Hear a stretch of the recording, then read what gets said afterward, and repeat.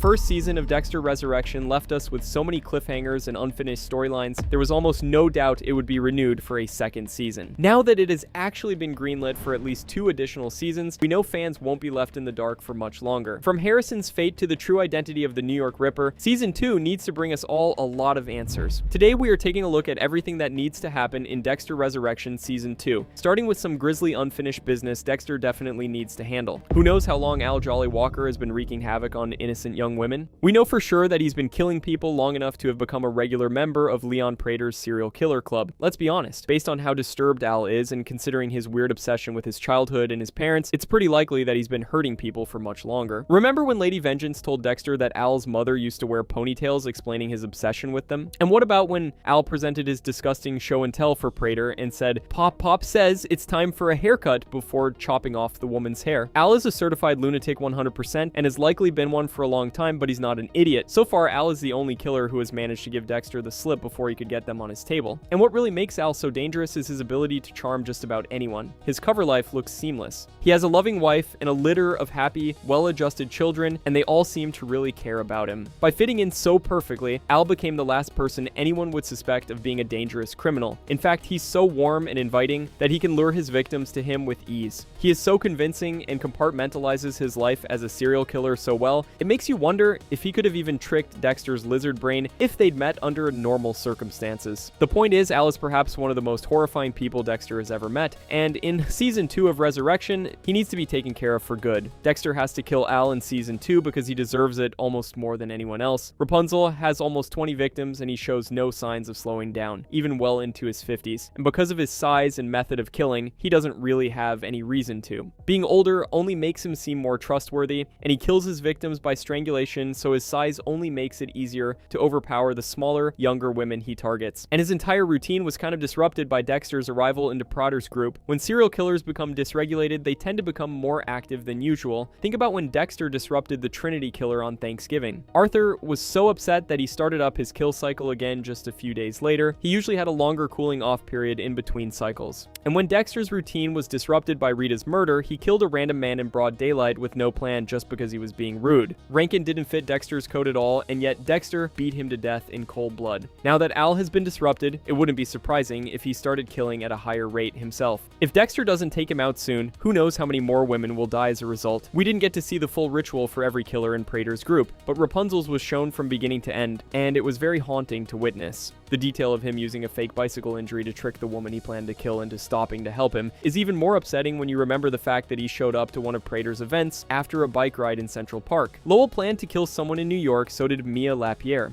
Dexter was able to save both of their would-be victims by taking care of Lowell and Mia before they could pull off their attacks. But what if he didn't get to Al in time? That bike ride he mentioned could have meant he already killed someone in New York before Dexter realized how big of a threat he really posed. Now that he is back in Wisconsin, his familiar stomping ground, he can move more boldly, and that means any woman with a ponytail is in grave danger. Dexter needs to get to Al before Al can get to them. To show fans his entire sickening ritual and then just let him run amok in the Dexter universe unchecked would be cruel. Al Walker has to go, and he has to go soon. But that isn't the only issue the upcoming season needs to address. Death, one of the major things that we definitely need to see, is Lieutenant Quinn initiate an investigation into Angel Batista's death. Quinn and Batista became so close over their time as partners on the force that there is no way Quinn would just accept such a mysterious and violent death for him. He knew Batista as well as anyone at that point. Quinn knows that Batista wouldn't have made such a powerful enemy on his own in just a few weeks of being in New York City. Not only that, but when Batista left Miami, he retired from Miami Metro out of nowhere, and he was so cryptic when Quinn and Masula asked him about it. So Quinn already knows that something isn't right. Dexter already has so much on his plate. He has to care for Harrison, keep up his job, make sure that he isn't endangering Blessing and his family, and get into a new routine of hunting and killing as his urge demands it. Quinn coming into the picture will only complicate his life further, but that's his problem. He spent decades killing people and manipulating police. If they are finally refusing to let up, it's only because he never did either. He had a good thing going in Iron Lake, but even after 10 years of abstaining from killing anyone, he just couldn't help himself. He just had to kill Matt Caldwell, and every issue he has had since then has stemmed from that choice. If he had never done that, he wouldn't have ended up on Kurt Caldwell's radar. He would have had more time to focus on Harrison, maybe even stopping his son from nearly killing his classmate Ethan and overdosing on mystery drugs. If Dexter never killed Matt, he would have never been investigated by police. He wouldn't have been arrested. He wouldn't have killed Logan. and he and Harrison may have been able to live a happy life in Iron Lake for as long as they wanted. Angela never would have called Batista, and he would have never come to New York. All of this is his fault. It may seem overdone that Dexter just can't seem to outrun Miami Metro no matter how far he moves, but it's the obvious next step. It only makes sense that Quinn wants to get answers about Batista's sudden retirement and brutal death, if not for himself, for everyone in Miami who loved Angel. His sister, his wife, his daughter, his cousins, all of his co-workers at his restaurant and at the police department, all of these people are sure to be devastated by Angel's death, and there is no way that Quinn can live with that. He may not get to the bottom of everything in the very next season, but he has got to at least start asking the right questions. He did more investigative work to figure out what was off about Dexter, and even put his job on the line for that investigation. Now his best friend and former partner dies, and he just looks the other way. It doesn't make any sense. Quinn has to start looking into Batista's death in the upcoming season because nothing else makes sense. He could see it all the way through, or he could choose to back off to save his own life. Either way, Quinn has to at least start down that path. To respect Batista's memory and remind Dexter that the consequences of his monstrously selfish past aren't something he can just stab his way out of. Even if it takes until season 3 for everything to be settled, Quinn at least has to start looking into Batista's death, and that isn't the only thing that needs to happen in the next season. Dexter's personal life in New York also needs to be fleshed out a lot more. There have been a lot of unfortunate deaths in Dexter's life so far. He had to kill his own brother, and shortly after that, Miguel Prado, a man he thought was his friend. His longtime family friend Camila Fig begged him to kill her, and he obliged to stop her daily pain from cancer. He found his wife killed in their home, and his friend brother Sam was shot and killed not long after that. Then, there were the deaths of Maria LaGuerta, Dr. Evelyn Vogel, his own sister Deb, and most recently, his old friend Angel was killed right in front of him. No one Dexter cares about or gets close to is safe. And this is especially tragic because Dexter has craved connection since he was a child. He has always been bothered by how different he was and how isolated he had to be because of it. And all his romantic relationships have fallen apart too. From Sophia to Angela and everyone in between, Dexter can't seem to keep his love life from falling apart. Add to that besides his son, his entire family is dead. And you're looking at someone whose loneliness has to be overwhelming. But when Dexter is in a relationship that he really values, he is at his best. He would do anything for someone he loves, and it helps him be more grounded. It took some time, but he eventually gave up his invisibility, freedom, and even the apartment where he stored his trophies to please Rita. And when he knew they were in danger, Dexter tried to get Rita and all of their children out of town before Trinity could get to them. For a killer who can't control his compulsions very well, that's probably the best you can ask for as far as protecting his family. When he loved Lumen, he helped her track down and kill all of her attackers in the Barrel Girls gang. A lot of people even thought Lumen was the perfect partner for Dexter because of how much she understood his darkness. But, in reality, the only reason she is alive today is probably because she stepped away from her relationship with him, and Dexter still loved her enough to let her go, knowing she could have turned him in at any time. He loved Hannah McKay so much that he spared her time and time again when, as a proven killer, she should have died on his table the first time he got her there. He went out of his way to help her avoid being rearrested even after she tried to kill Deb and drugged them both. Dexter was even planning to give up impulsive killing and run away with her and Harrison. And when he realized that his lifestyle would always have them in harm's way, he chose to fake his death and leave them alone. He was so desperate to connect with someone that he overlooked everything wrong with Mia just to go on a date and was even willing to sleep with her. He may have initially believed that she was a killer with a code, but at the end of the day, he should have known that they wouldn't work. No matter what code she had been hanging out with the worst of the worst for years completely of her own volition. Lowell literally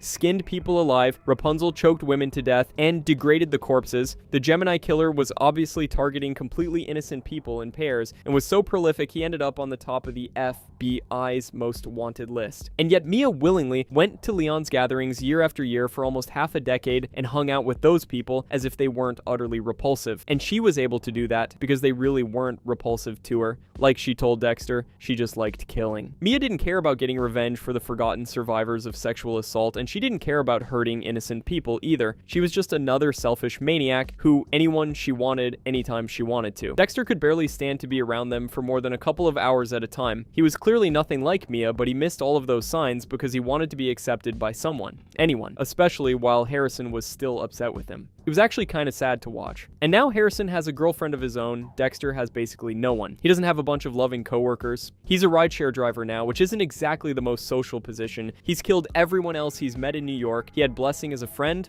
But if history is a good indicator, Dexter won't be able to maintain that friendship for very long. He needs a partner who actually knows what he is and accepts him. Dexter needs a love interest of his own to keep himself morally grounded. He may be a killer, but for whatever reason, fans want to see Dexter be happy, even if it's only temporary. This would be the perfect way to deliver on that in Season 2. And let's be honest, watching Dexter wander through New York City alone would just feel wrong. Without someone in his life to act as his anchor, Dexter will only spiral emotionally and cling to a son who is possibly moving further and further away from his own identity as a killer, which is another area that this next season of Resurrection needs to iron out. Harrison Morgan has lived through an immeasurable amount of trauma, and he's not even a full-grown adult yet. We all know his history by now. Left to sit in a pool of his mother's blood, living with a partially absent father who would rather kill people than protect him as a child, being abandoned by that father to live with a serial killer in Argentina before he was even 7 years old. Then his adoptive mother dies of pancreatic cancer and leaves him all alone in the world. Harrison never got to see his siblings again. He never got to see his Aunt Deborah again.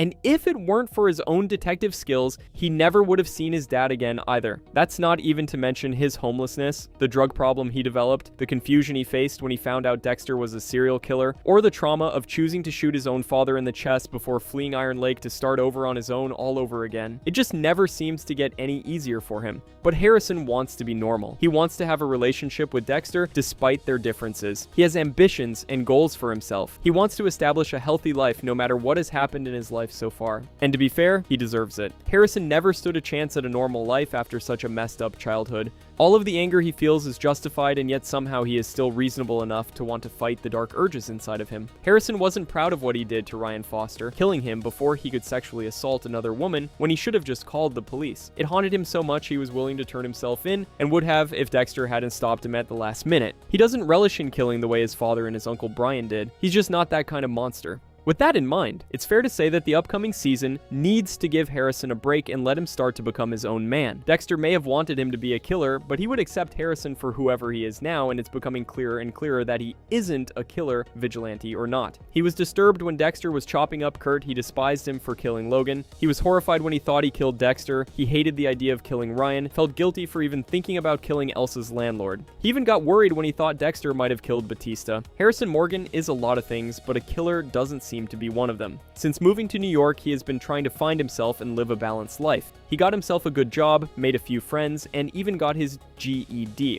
Harrison was clearly intent on making the most of whatever was left of his life. Even now that he has killed a person, he seems to want to live an honest life. Instead of being hung up on his relationship with his dad, Harrison has chosen to focus on his future, and he committed to it, whether Dexter prioritized it or not. It was Elsa's influence on his life that led him to take the GED and even apply to college, not Dexter's. Harrison has started to prioritize things over Dexter's opinion or past behavior towards him, and by choosing to go to the Collin College of Criminology with the hope of going into law enforcement, he is making that quite clear. Much like his Aunt Deb, Harrison may understand why Dexter does what he does, and he may love him too much to turn him in, but he isn't going to choose that route for himself. He has a sense of justice, but he wants to go about things in a moral way. He needs to do it that way to have a clear conscience, and he's seen the consequences of his father's lifestyle. Dexter is always in danger, he is alone, and everyone he loves dies because of him. If he isn't running from the police, he's killing them. Why would Harrison choose something like that for himself if he didn't actually feel comfortable with killing people? Just for Dexter's approval? No way. Harrison is becoming his own person, slowly but surely, and that shouldn't stop now. Season 2 needs to show Harrison excelling in his new course of study, thriving in his relationship with Gigi,